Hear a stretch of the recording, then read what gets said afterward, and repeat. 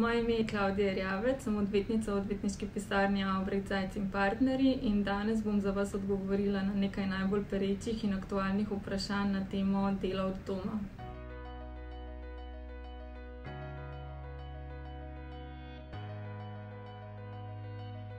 Jaz bi želela v zvezi s tem najprej pojasniti oziroma poudariti, da bi bilo smiselno, da delodajalci v zvezi z delom od doma sprejmejo poseben pravilnik, kjer dejansko uredijo vse pravice in medsebojne obveznosti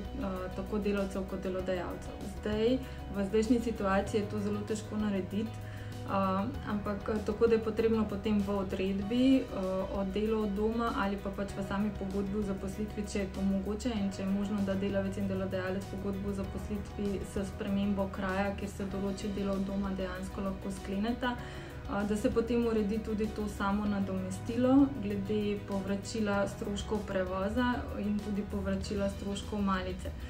Kar se tiče stroškov prevoza na delo, delavec seveda v času, ko je doma in dela od doma, do povračila stroškov ni upravičen. Če se zgodi, da pride na delo v tem času, potem se mu stroški dela povrnejo, prevoza na delo povrnejo. V primeru, kar se tiče pa stroškov prehrane, pa je delavec dejansko tudi v času, ko dela doma, upravičen do istega povračila, kot če bi prišel na delo in delo opravljal v prostorih delodajalca.